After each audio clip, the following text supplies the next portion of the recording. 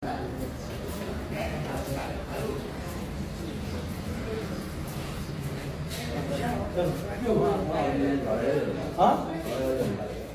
झगडा गरे? तपाईँ जानुहोस्, तपाईँ जानुहोस्। उहाँले मलाई डिस्वासरहरू दिएर कहिले तिमीले उसले डिस्वासर भनेको? तिमीलाई डिस्वासर भनेको जब के हो उसलाई थाहा छ अरे? किन डिस्वासर भनेको? डिस्वासर भनेको त उसको नाम छ नि त। के हो तिम्रो नाम? आशिष? आशिष राई हो नि त उसको नाम। आशिष राई भनेर बोलाउनु पर्छ नि त। कामलाई कहिले पनि त उसले सानो काम गरेर उसको नामै काम पोस्ट सानो भनेर हेर्नु हुँदैन बाबु। मैले पनि डिस्वासरै गरेको। मलाई पनि एउटा डिस्वासर भन्न मिल्छ त? किनभने काम कहिले सानो हुँदैन।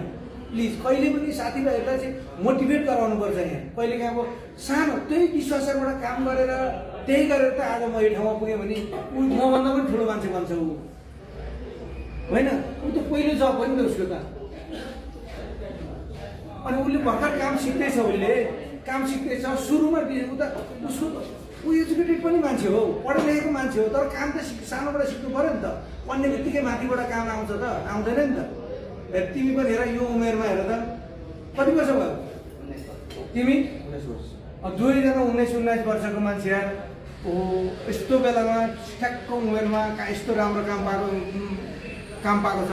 काम त ठुलो कुरा हो। यही ठाउँमा कामको इज्जत नभएर म देश छाडेर पनि हिँड्न मन लागेको थियो पहिले मलाई। तर यही हो, हामीले कहिले पनि त्यो कामको इज्जत गरेर जानुपर्छ क्या हामीले है। जहिले पनि कामको इज्जत गरेर जानुपर्छ। प्लिज उसलाई कहिले पनि डिस्कसन नबना। किनभने मैले पनि त्यही ठाउँमा काम गरेँ। तिमीले गरेको कामलाई कामबाट बनाउने होइन क्या, नामबाट बनाउने हो है। कहिले पनि काम सानो गर्नु बुझ्यौ नि है? खुसी छौ? काम कहिले पनि सानो हुँदैन है। मैले पनि त्यही काम गरेको है त। ल मेरो भाइ यस्तो कहिले नभन्नु भाउ है। कहिले पनि साथी जहिले पनि ल हात मिलाऊ। ल थ्याङ्क यू है। अब राम्ररी काम गर्नु।